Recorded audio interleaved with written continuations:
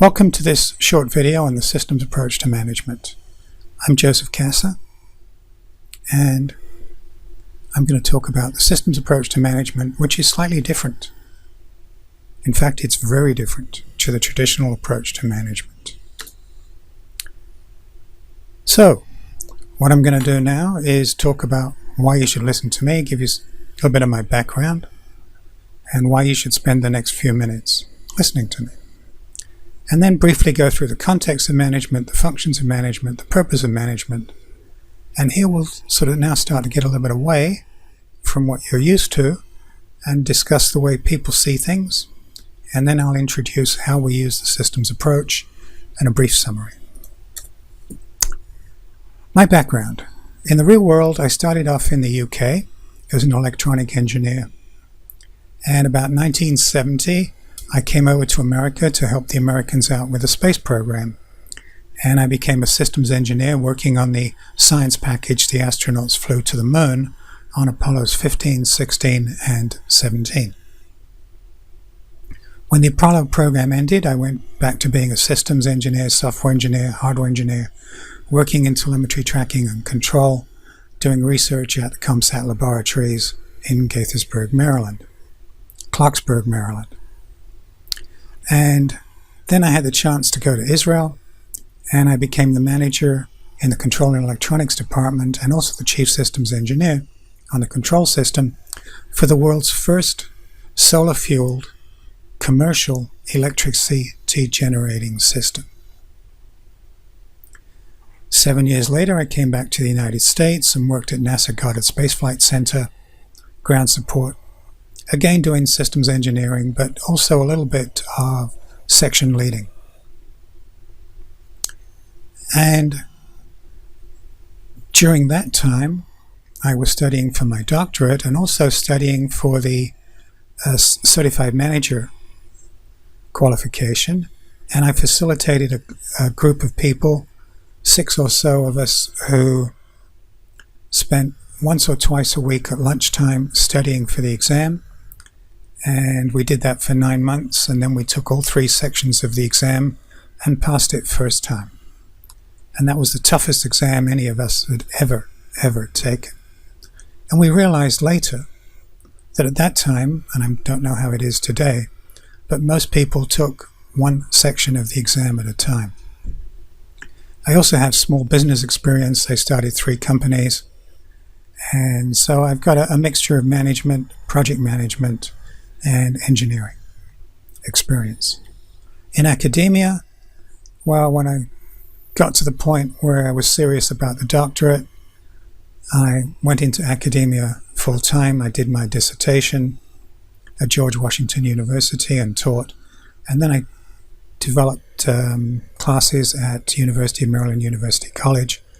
I went over to Australia at the University of South Australia and created a Master of Project Management degree amongst other things. And then I sort of didn't like the way we were teaching things, and I found out that when I actually started to study management, I realized that it didn't work. And what we're teaching is well and good, but there are so many things we're not teaching, and there are so many holes in what we teach. We don't teach how the parts all fit together.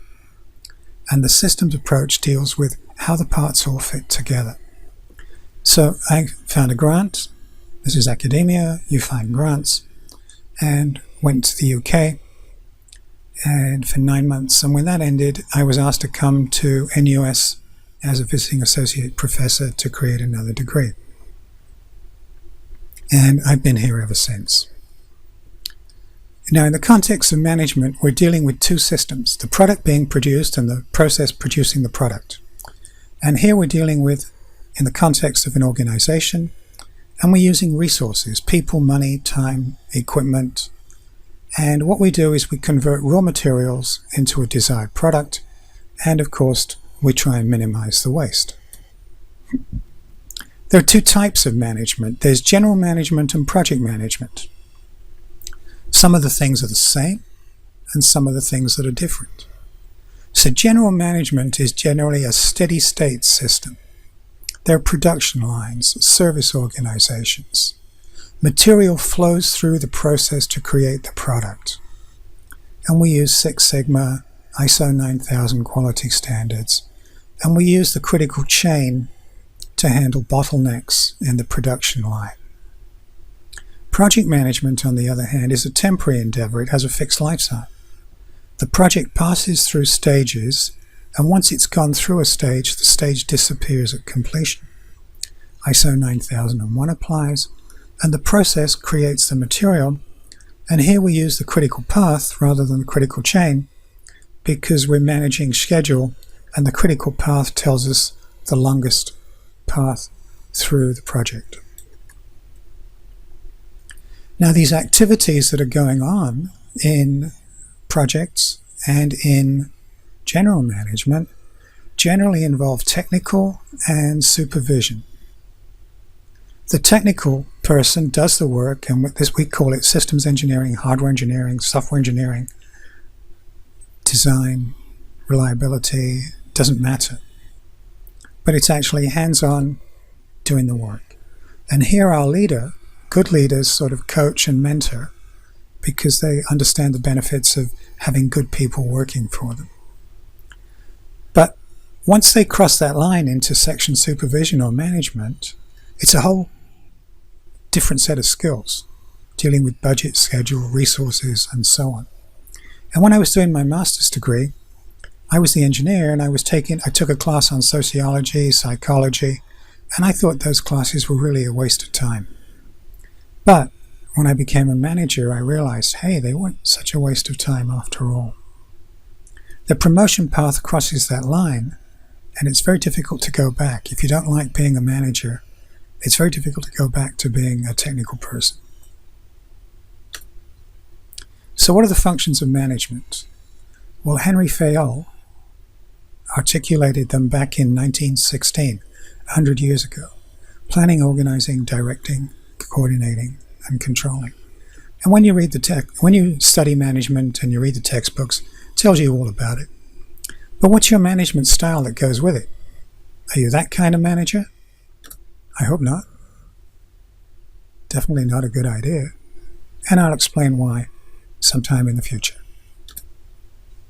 So what's the purpose of management? Well, traditional purpose of management is to perform the functions of management to accomplish the goal and get work done by other people. Now, you do your functions of management to accomplish your goal. If you're the CEO, then your goal is to keep the organization profitable for the foreseeable future. If, on the other hand, you're a project manager, then your goal is to complete the project on schedule, within budget, and have a happy and satisfied customer. Can't always get all three. In general management, it may be to keep the production line going or provide the service. My approach adds delegating all the tasks to other people. My ideal position as a manager is to have nothing to do. Let everybody else do it. But it means I spend an awful lot of time planning, organizing. And that's when I found out that traditional tools provided by management don't work, because they don't let you do that. And you really need to do that. And that's what I'm going to talk about in the systems approach. And then you need to let them get on with it. And so you monitor what they're doing to make sure they're heading in the right direction and they're not going into a disaster. But you don't micromanage them. You tell them what they need to do, and you let them work out how to do it, and you check with them a couple of times, and then let them go. And you see outcomes as they could be. And I'll come to that in a moment. And then you give them credit and recognition.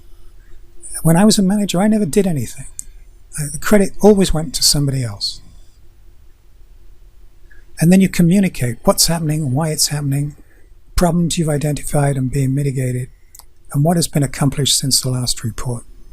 And you do this because if you don't tell people, then obviously there weren't any problems and you really weren't doing anything. You were never challenged. And so you don't deserve promotion. Promotion goes to the people who are visibly fighting the fires and causing upper management to sweat because they can see disasters looming. And often you'll find that the person who saves the project is the person who caused the problems in the first place. Now that's a great promotion model. I'll talk about that sometime as well. Now I mentioned seeing things the way they could be. Different people see things differently. How do you see things? And let me explain what I mean. Some people see things as they are. Or with people who see things as they are, they end up being reactive. They don't plan ahead. They deal with things as they are and when they happen. On the other hand, there are other people who see things as they could be. People who see things as they could be are proactive. Because when they see things as they could be, they see things that are worse, things could be worse, and things could be better. And so when they see things could be worse, that leads to prevention and what we call risk management. And when they see things as they could be better, that leads to improvements. And there's another group of people that see things as they should be, or rather as they think they should be. Now again, there are two types here. There are those who recognize the reality and they want to change the reality to the way they think it should be. And there's another group of people that they see things the way they should be or the way they think they should be, and they equate that with reality. They don't realize that there's a difference between the reality and the way they think they should be. Well, the people who recognize and change reality, they make changes, and those changes can be for the best or for the worst.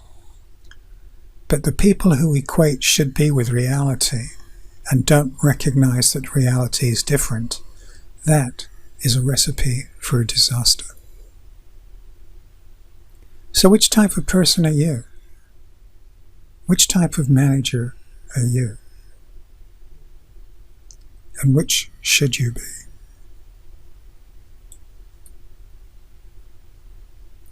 So how do we use the systems approach? Well, we have to go beyond traditional management. We have to use a systemic and systematic approach. We use systems thinking to understand the situation. But that doesn't help us come up with a solution to the problem. Systems thinking is not problem solving. It's systems thinking. It's getting an understanding. It's the first step in problem solving.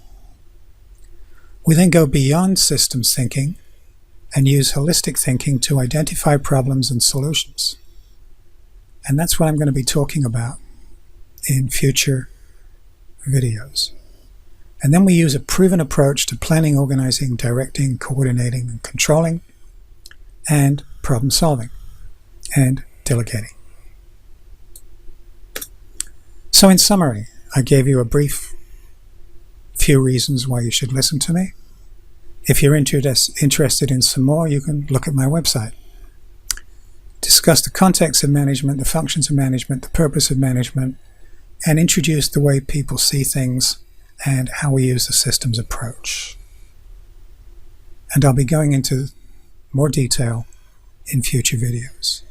Any questions and comments?